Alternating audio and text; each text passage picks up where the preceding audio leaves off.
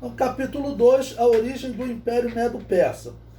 Os medos haviam participado da aliança com a Babilônia contra a Síria em 612 a.C. E estes medos possuíram algumas porções de terra dos assírios. Um dos reis dos medos, chamado Astíages, é o homem que vai entrar para a história por causa de seu neto chamado Ciro. Heródoto, historiador grego, conta que Astíages teve uma filha, a qual chamou Mandana. Certa vez Astíages sonhou que de Mandana saiu uma corrente de água que inundava toda a Ásia, inclusive a capital dos Medos. Os magos lhe declararam o significado: de Mandana nascerá um homem que te tomará o reino. Ele, apavorado, tentou fazer com que o sonho não se cumprisse, dando a sua filha a um homem de outra nação, o persa chamado Cambises. Quando sua filha estava casada, Antíages teve uma visão que uma videira brotava do ventre de Mandana e enchia toda a Ásia. Quando Mandana deu à luz, Astíages tentou matar o seu filho, que ela chamou de Ciro, porém não conseguiu. Esse Ciro estava dentro dos planos divinos, pois o profeta Isaías relata as palavras divinas a Ciro antes mesmo dele nascer. Vamos ler Isaías, capítulo 44,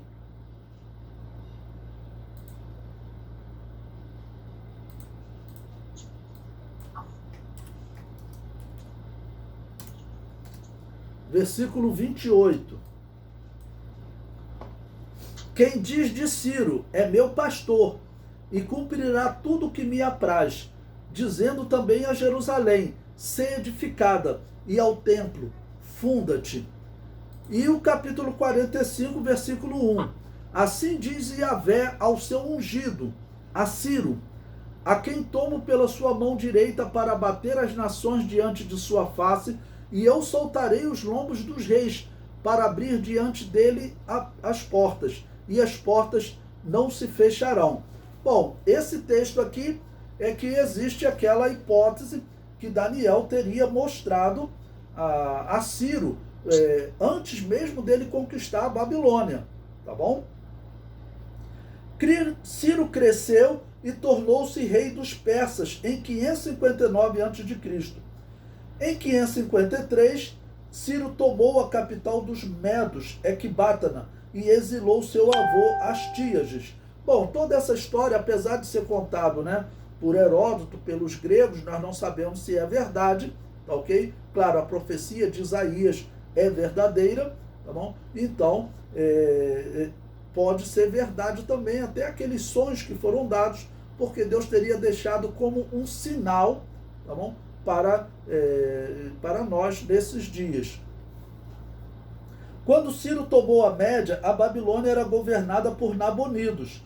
Este Nabonidos havia rompido a aliança com a Média, o que facilitou a invasão deste por Ciro.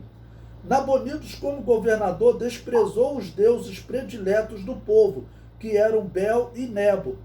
Nabonidos foi caindo em popularidade com o povo babilônio. E este povo ouvia as notícias vindas dos lugares dominados por Ciro, que este honrava os deuses de cada cidade. Enfim, Ciro respeitava o nacionalismo de cada nação dominada. Assim, os povos já desejavam o domínio persa, e foi o que aconteceu. Ciro tomou a Babilônia em 536 a.C., e assim os persas tornaram-se os dominadores do mundo de então. Seria interessante vocês assistirem um documentário, chamado Construindo o Império, os Persas, que relata com detalhe a vida de Ciro, tá bom? E também dos seus descendentes, e até o momento das guerras com os gregos, construindo o império, os persas. Essa na verdade, uma série. Esse Construindo o Império fala dos egípcios, fala dos persas, tá bom? Fala também dos romanos, fala dos gregos. É uma série bem interessante, e até de países mais modernos, como a Rússia, e a Inglaterra. É uma série interessante, ela está disponível no YouTube.